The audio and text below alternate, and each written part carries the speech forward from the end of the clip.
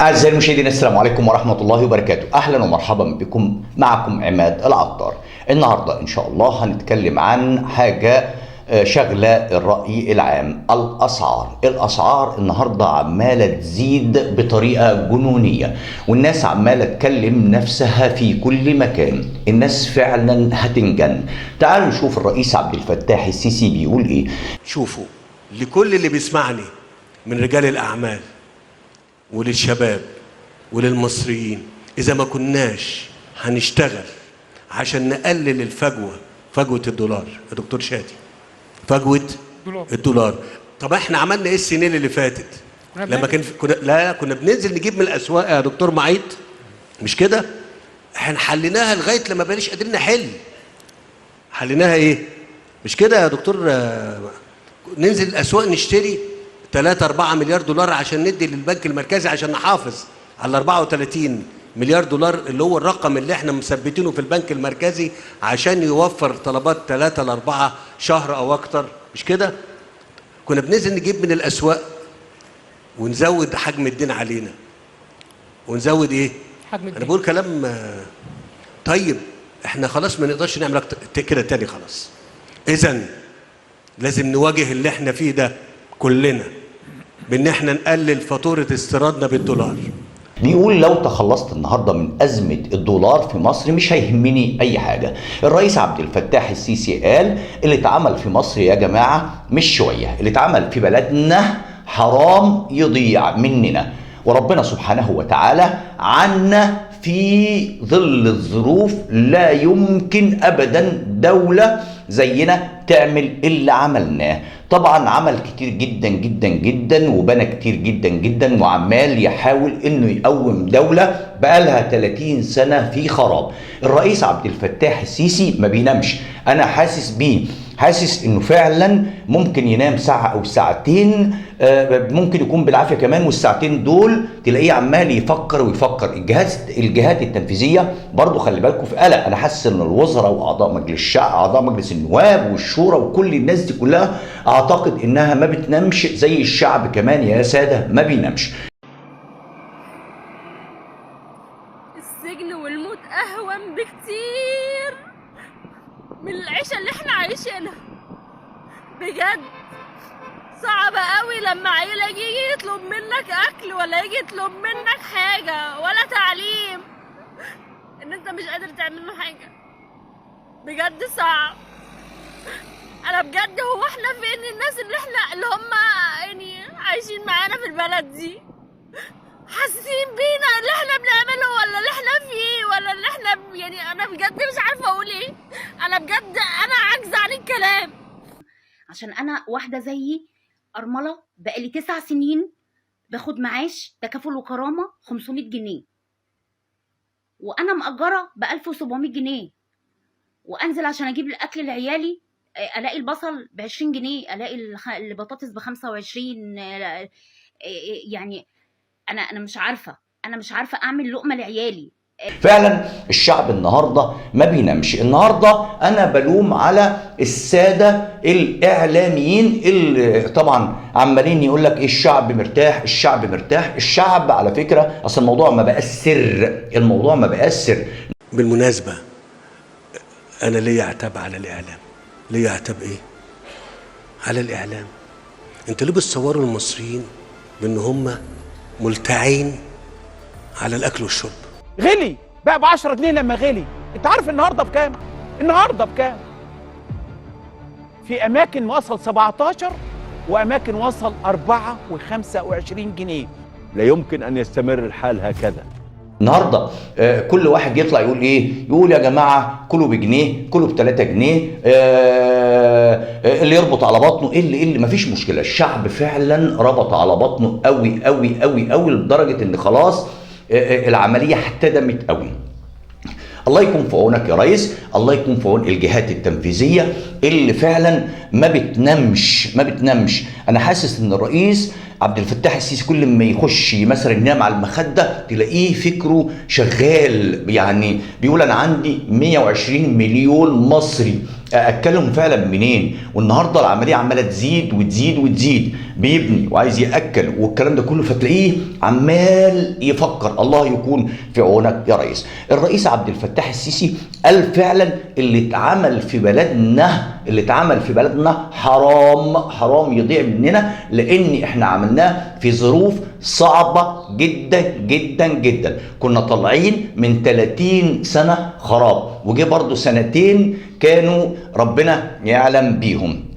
الله يكون في عونك يا ريس. الرئيس بيقول عندنا أعداد كبيرة من الناس والموارد طبعا محدودة، والبعض بيتصور انها تكفي كل شيء. في ناس بتبقى مش دارسة الاشياء او بتتكلم اي كلام عادي، بيطلعوا على النت ويقولوا يا جماعة والله احنا عندنا قمح مثلا يكفي، احنا عندنا ذرة يكفي، احنا عندنا كذا يكفي، لكن هم مش دارسين القصة او الكلام اللي هم بيقولوه.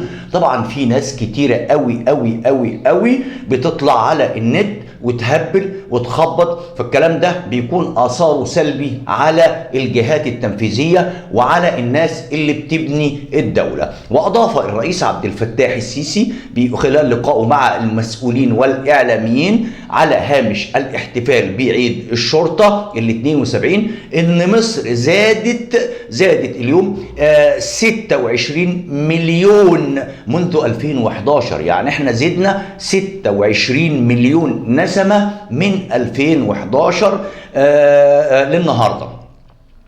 طيب هل ده رقم ملوش تأثير أو مطالب في كل شيء وقطاع؟ النهارده ال 26 مليون عايزين ياكلوا، عايزين يشربوا، عايزين يصرفوا، عايزين بطايق تموين، عايزين طبعا مباني، عايزين كهرباء، عايزين طبعا كل ده بيبقى عبء على الايه؟ عبء على الدوله. طبعا الرئيس بيقول طب الرقم ده ال 26 مليون اللي زادوا دول مش عايزين مصاريف وعايزين حاجات كتير جدا من كل قطاع، واللي بقوله الرئيس بقى بيقول واللي بقوله الاول يا ترى هل كانت ازمه الدولارات؟ لا، بس انا بتكلم كراصد لرأي عام في مصر وقدرته على التحمل.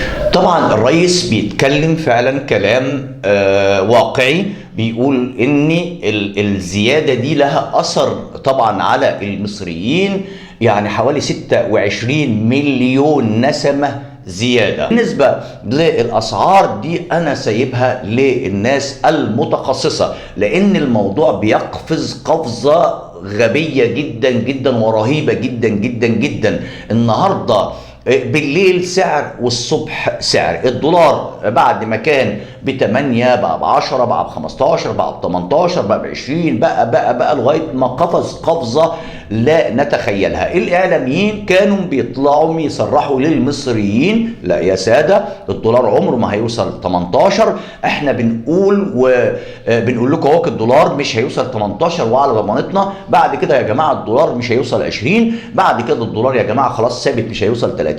من الصادق ومن الكاذب؟ النهاردة المواطن هو اللي بيدفع الفاتورة، المواطن الغلبان اللي بيدفع الفاتورة. النهاردة ناس كتير جدا جدا مصيرها السجون، اللي جايبه قروض مش قادرة تسد، التجارة وقفت على ناس كتير جدا جدا جدا، والنهاردة ممكن بتوع التموين او المتخصصين ينزلوا على راجل غلبان النهاردة عشان يا عيني باع زيادة بجنيه ولا مثلا اللي هو الغلبان قوي مش التاجر الكبير، تبص تلاقيه ممكن يتعرض لسجن، اصلا كده العملية واقفة معاه.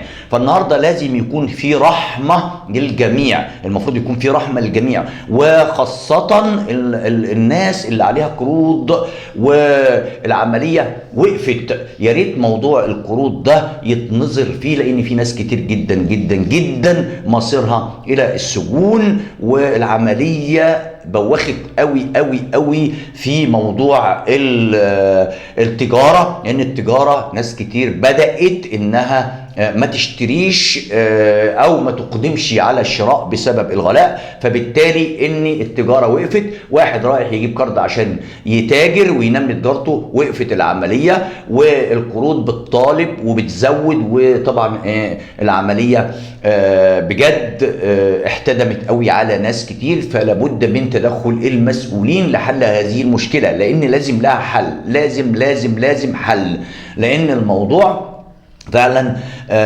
بدأ يخنق الناس، البائع والمشتري.